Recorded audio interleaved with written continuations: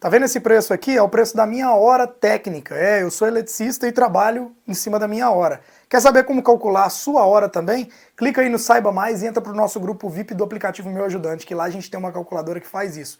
Entra pro grupo VIP, vai ter um ultra desconto para você que vai estar lá. Ah, normas, nossas eternas companheiras. Bom, já posso afirmar, sim, temos uma norma específica para iluminação de emergência e digo mais, tem um limite de blocos de iluminação por circuito. Não é só ir socando luminária de emergência nas escadas e corredores e achar que tá tudo certo, não. Mas voltando no assunto, em qualquer instalação comercial em que a gente vai, o que mais vemos é um monte de luminárias de emergência instaladas em salas de espera, corredores, escadarias. Mas já pararam para pensar por que elas foram instaladas naquele local ali? Bom, por quê? Em algumas cidades, para um estabelecimento receber o alvará de funcionamento, ele precisa ter um projeto de segurança contra incêndio e pânico, ou PSCIP, tá? Que é aprovado pelo Corpo de Bombeiro ou outro órgão competente da prefeitura daquela cidade. E é esse documento que apresentará a exigência ou não da necessidade do sistema de iluminação de emergência. O Corpo de Bombeiros de Minas Gerais, por exemplo, em sua instrução técnica de número 13, orienta ao projetista, em seu item 2.2,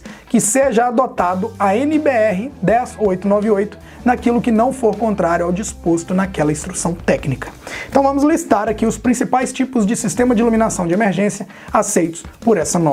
Primeiro, conjunto de blocos autônomos. Os blocos autônomos são aqueles aparelhos de iluminação de emergência constituídos de um único invólucro adequado. Ele contém lâmpadas incandescentes, fluorescentes ou similares. No caso, hoje a maioria em LED. Sistema centralizado com baterias. O sistema centralizado com bateria de acumuladores elétricos devem ser com recarga automática, de modo a garantir a autonomia do sistema de iluminação de emergência. Grupo motogerador.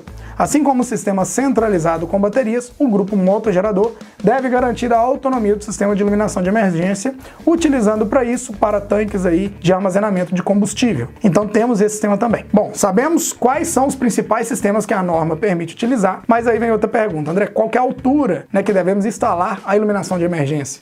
Bom, essa altura ela estará ligada diretamente ao distanciamento entre as luminárias. Olha que coisa legal isso.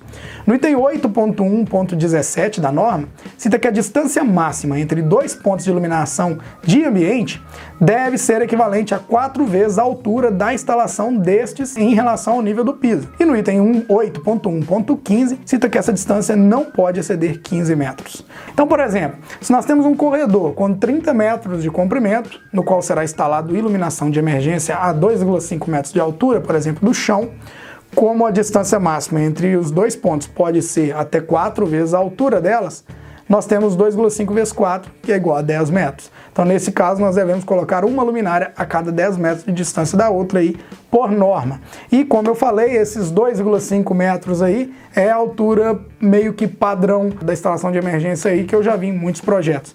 Então, mais ou menos isso. Bom, mas aí você deve estar pensando, né? Já sei dos tipos de sistema, já sei da altura e distanciamento entre os pontos de emergência, agora fica a dúvida, né? Quais dados eu preciso saber das lâmpadas para ser mais assertivo aí em um projeto? Bom, no item 4.7.5, ele tem a orientação dos dados que devemos conhecer para usarmos nos nossos projetos. São eles: tipo de lâmpada, potência em watts, tensão em volts, fluxo luminoso, né? Nominal em lumens, ângulo de dispersão da luz e vida útil do elemento gerador de luz. Tá, então são esses aí. Além disso, também a gente deve levar em consideração a resistência ao calor e a ausência de ofuscamento.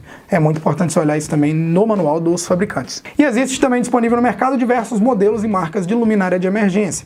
Nós temos luminária de emergência de 30 LEDs, que é a mais comum, luminária de emergência multifunção, né? Os blocos autônomos, tem muita coisa. E vale lembrar que são admitidas ligações em séries de pontos de luz, iluminação de emergência. E no caso de instalação aparente, né, a tubulação e as caixas de passagem devem ser metálicas e aterradas. Agora fiquem atentos também a mais um trecho bastante importante da norma, que eu tirei aqui, ó. No item 4.8.10, cita que a corrente por circuito de iluminação de emergência não pode ser maior do que 12 amperes e que cada circuito não poderá alimentar mais de 25 luminárias. Então, na prática, é simples. Somou todas as correntes de todas as luminárias de emergência penduradas naquele circuito e ela passou de 12 amperes ou tem mais de 25 luminárias naquele circuito para ser instalada, é necessário criar novos circuitos. O limite é esse, 12 amperes ou até 25 pontos de iluminação de emergência. Simples assim.